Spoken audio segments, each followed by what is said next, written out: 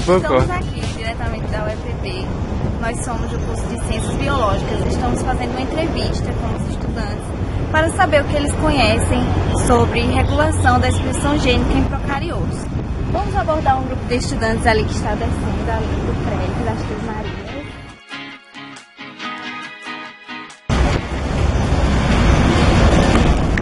Bom dia, nós somos do curso de Ciências Biológicas. Eu queria saber se eu podia fazer algumas perguntas para vocês. Olha, bom, vamos lá. O que vocês sabem sobre a regulação da expressão gênica em procariotos? Nada. Tudo bem, então vamos primeiro conhecer um pouco da história.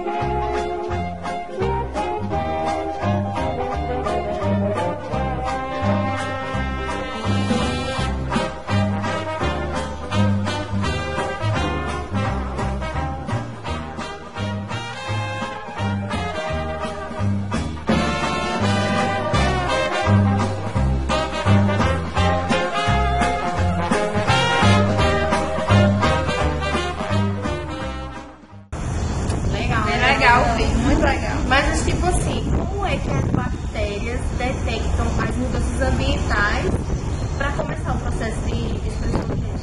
Muito boas perguntas. Nós vamos ver todas as respostas nesses vídeos que a gente preparou para vocês.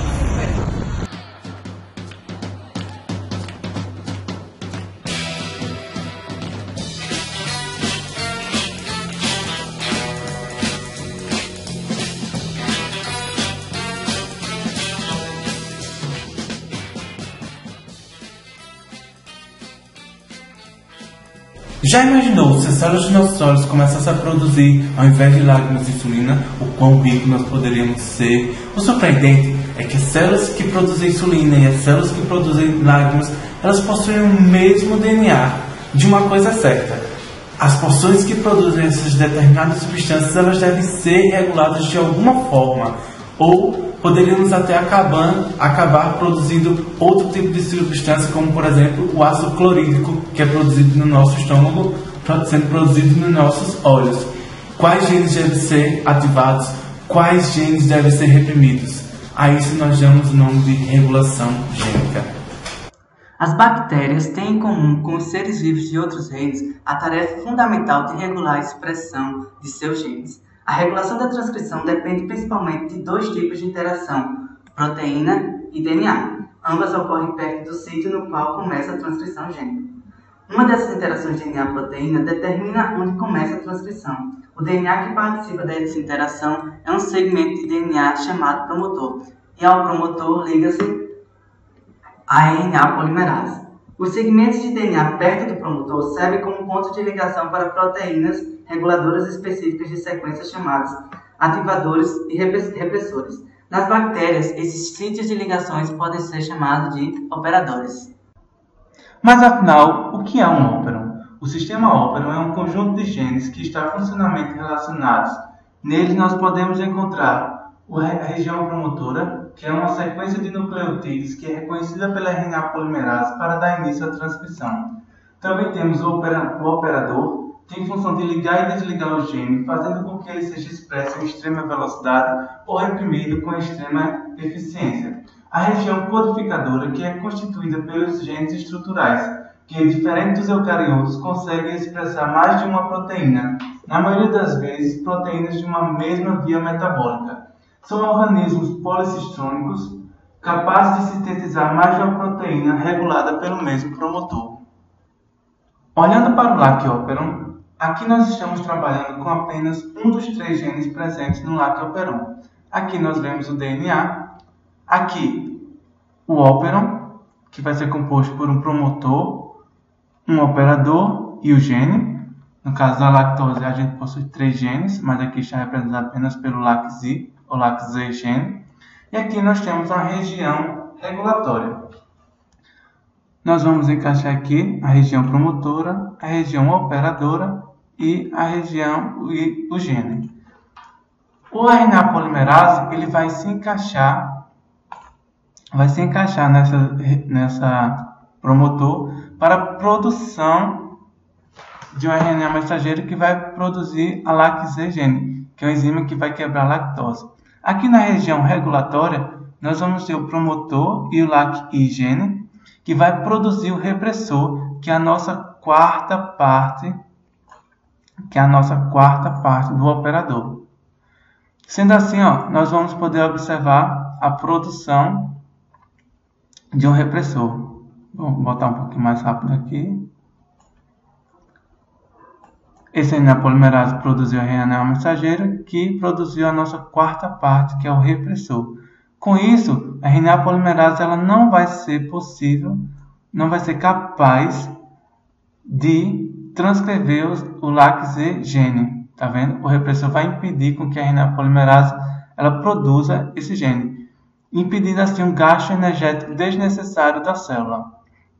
Agora vamos ver o que acontece quando a gente tem lactose presente no meio. Vamos adicionar um pouco de lactose nesse meio. Quando a lactose está presente,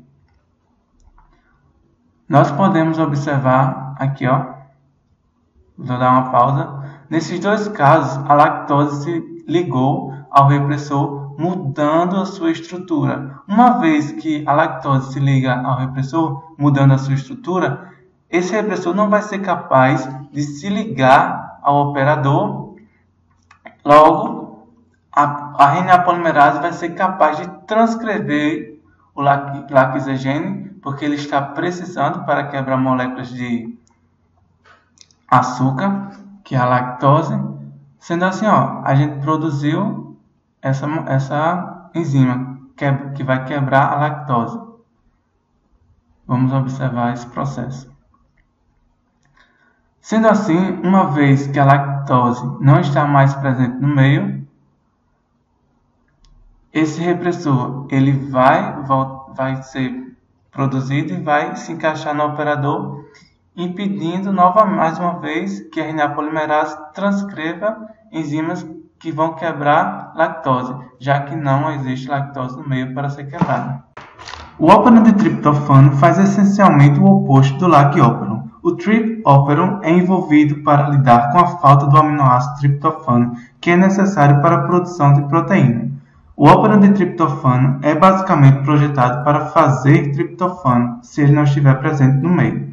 Se a bactéria não tem triptofano, existem vários diferentes genes que são necessários para a produção. Logo, elas podem fazer o seu próprio. Assim como o LAC-óperon, nós temos um promotor aqui, o repressor, o operador e os genes. Os genes aí coloridinhos, que o óperon de triptofano contém 5 genes.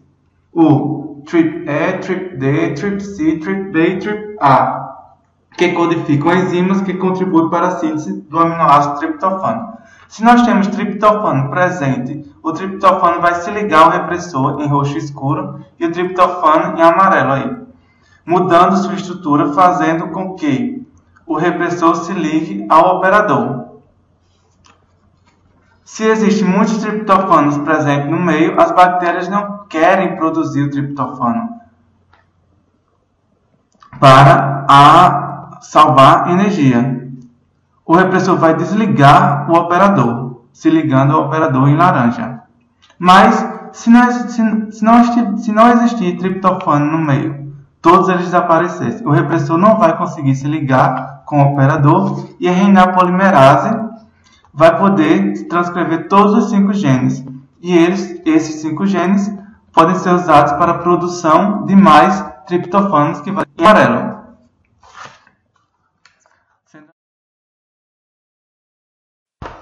Os 5 genes necessários para a biossíntese do aminoácido triptofano são expressos junto do operon triptofano em E. coli.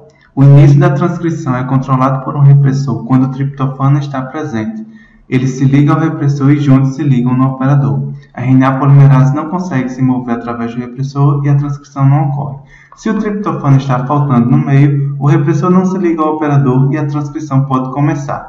Um controle adicional chamado atenuação ocorre antes da transcrição da região codificadora do óperon.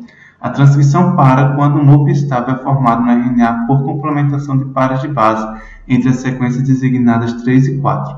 Uma estrutura secundária alternativa pode ocorrer entre as regiões 2 e 3.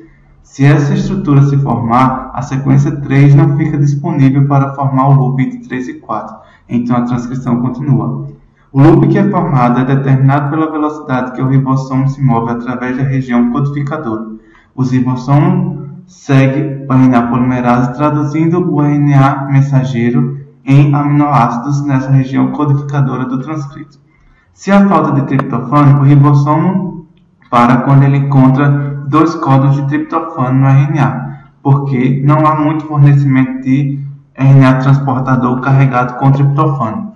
O loop entre 2 e 3 é formado, o ribossomo para e a transcrição pode continuar. Depois dessa explicação, ficou bem mais fácil compreender como é que se dá a regulação da expressão gênica em procariotos.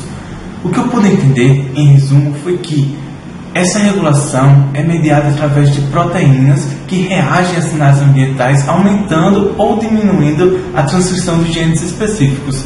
Depois disso, ficou bem mais fácil entender como é que se dá essa regulação. Agora, vamos esperar para ver como é que se dá a regulação da expressão gênica em eucariotos. Aguardem para a próxima aula.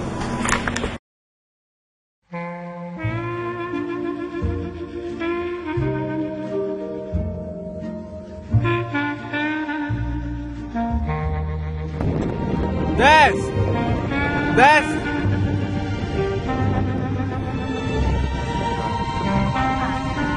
Nós somos aqui da forma. Mas pode ir falando, vai.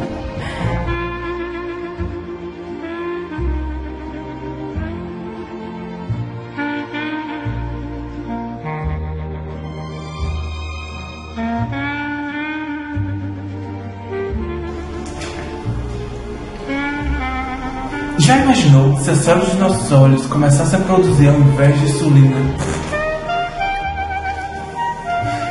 Você já imaginou